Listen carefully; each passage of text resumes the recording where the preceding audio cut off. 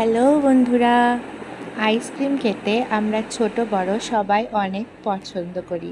আর এই গরমকালে তো আরও অনেক ভালো লাগে আইসক্রিম খেতে। আর সেটা যদি হয় আমাদের নিজেদের ঘরেই তৈরি করা, তাহলে তো আর কোনো কথাই থাকে না। চলো তাহলে খুব সহজেই আজকে তৈরি করি তরমুজের আইসক্রিম। তরমুজ আমাদের সবারই অনেক পছন্দের একটি ফল।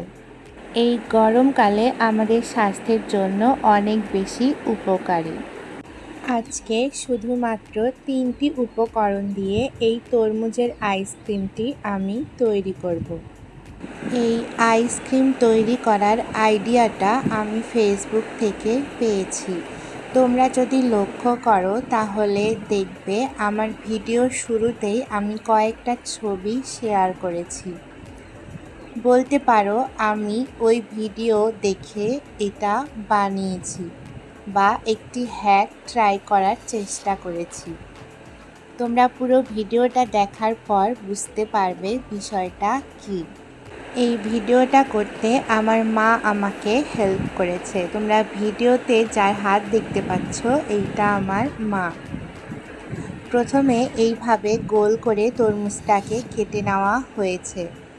তারপর এর বিচিগুলো যতটা পেরেছি ততটা আলাদা করে নিয়েছি। এরপর ছোট ছোট টুকরো করে তরমুজটাকে কেটে নেওয়া হয়েছে।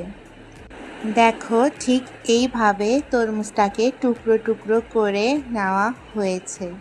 তোমরা ভিডিওটা দেখবে আর ভাববে এত কিছু করার কি দরকার, সহজভাবে তরমুজটাকে কেটে নিলেই তো হয়ে যায়। হ্যাঁ, আমারও শেষ মুহূর্তে এসে এইটাই মনে হয়েছিল। টুকরো করা তরমুজগুলোকে আমি ব্লেন্ডারের জারে নিয়ে নিয়েছি।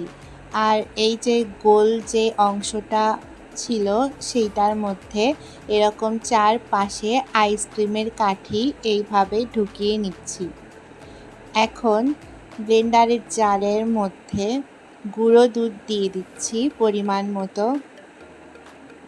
তারপর দিয়ে দেব কনডেন্স মিল্ক। এইটাও যার যার স্বাদ মতো নিয়ে নিতে হবে। কিছু কিছু তরমুজ আছে এমনিতেই অনেক বেশি মিষ্টি হয়ে থাকে, সেগুলোতে খুব বেশি কনডেন্স মিল্কের প্রয়োজন নেই। আর যদি বাচ্চাদের জন্য তৈরি করে থাকেন তাহলে মিষ্টির পরিমাণটা একটু বেশি দিলে বাচ্চারা খেতে অনেক বেশি পছন্দ করবে। এখন আমি সবগুলোকে একসাথে ভালো করে ব্লেন্ড করে নেব। এরপর আমি এর মধ্যে ঢেলে নিচ্ছি। দেখুন একদম ছবির মতো, কিন্তু এখানেই টুইস্ট। দেখুন নিচ দিয়ে সবগুলো বের হয়ে যাচ্ছে। এরপর আমি এর নিচে কাগজ দিয়ে আবারও চেষ্টা করেছিলাম এইটাকে ঢেলে নেওয়ার, কিন্তু দেখো এখনও সেই নিচ দিয়ে আবার বের হয়ে আসছে। জানি না ওনারা এই কাজটা কিভাবে করেছিলেন, কিন্তু আমি একদমই ব্যর্থ। শেষ পর্যন্ত আমি হাল ছেড়ে দিয়েছি। আর আমার কাছে একটা এরকম আইসক্রিমের মোল্ড ছিল। আমি এর মধ্যে বাকি যে তরমুজগুলো ছিল সেগুলোকে ঢেলে নিচ্ছি। আপনারা চাইলে এইটাকে ছাঁকনাতে ছেঁকেও নিতে পারেন, কিন্তু আমার কাছে মনে হয়েছে এই দানা দানা ভাব থাকলে আইসক্রিমটা খাওয়ার সময় অনেক বেশি ভালো লাগে। এখন এটাকে বেশ কিছুক্ষণের জন্য ফ্রিজে রেখে দেব।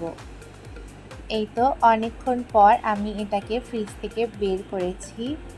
আইসক্রিমটা কতটা সুন্দর হয়েছে দেখতে, আর খেতেও অনেক বেশি মজার ছিল। আমার ছেলে তো অনেক মজা করে খেয়েছে। তোমরাও গরমে ঝটপট বাড়িতে এই তরমুজের আইসক্রিমটি তৈরি করে নিতে পারো, কিন্তু একদমই সহজ পদ্ধতিতে তৈরি করবে। এইসব হ্যাক ট্রাই করতে গেলে আমার মতো ঝামেলায় পড়তে হবে। ধন্যবাদ।